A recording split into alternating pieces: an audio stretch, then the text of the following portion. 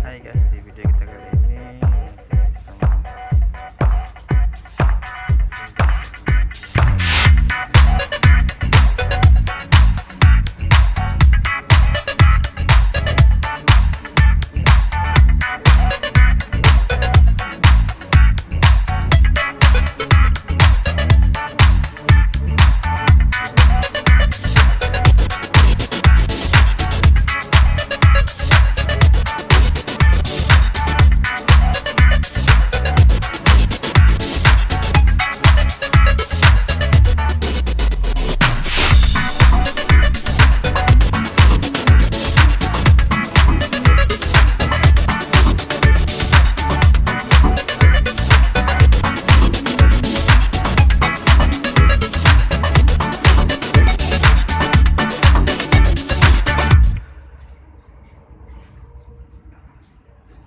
Jika mesin tidak mau menyala, kita cek dulu setiap sistemnya